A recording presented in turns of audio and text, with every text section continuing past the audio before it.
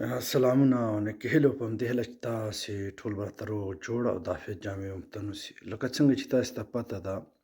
امریکا کې هم د بیان ازادي ده او د دې دپاره ده چې هغوی یو سوپر طاقت دی او هغوی په ډېرې اسانۍ سره کولی شي که چیرته یو انسان غلطه عقیده ولري او یا داسې عقیده ولري چې د هغوی خلاف حرکت ترسره کوي،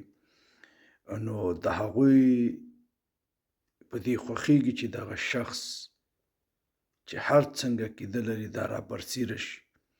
نو بیا هغوی ته ډېره اسانه کېږي او د دغې شخص په ډېره اسانۍ سره کنټرول کولی شي او همدغه علت دی چې هلته یې بیان ازادي ورکړې ده. مګر په پاکستان کې بیا داسې نه ده. په پاکستان کې که کله پوه شي چې یو سړی حق وایي او د حق خبرې کوي، مګر دی د فوج خلاف دی او فوج ته په ضرر رسیږي او د عوامو ښه پوهاوی حاصل کیږي او هغه پوهاوی بیا د فوج په زیان تمامیږي، نو دا رقم ازادي نه مني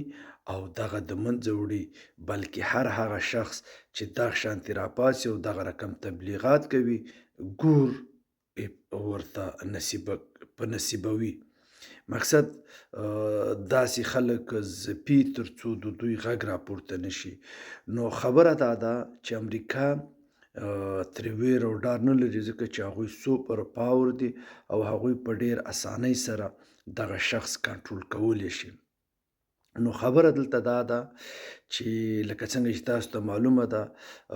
پاکستان نه غواړي چې حق ناخبر شي، ځکه چې د پاکستان فوج واقعا ډېر ظلمونه کوي او د همغې ظلمونو په کولو سره امریکا خوشحاله وي او بیا د دې خلک که چېرته په دغې کړنو باندې خبر شي دغه شي، نو د پاکستان حکومت دپاره سرخوږی دی او هغه سرخوږی بیا دوی نشي اداره کولی، مګر امریکا بیا دا مشکل نه لري او امریکا په دې خوښ دي چې بیان ازادي ورکړي. که کومه یو پکې راپورته کېږي او د حکومت خلاف حرکت کوي، نو هغوی په ډېر اسانۍ سره کنټرول کولی شي، البته که هغه له شکه ولري او که له شکه ونه لري هسې به کړتېږي، نو د امریکا یې په هېڅ پروا نه وسي. نو دا خبرې غوښتل مې چې دا در سره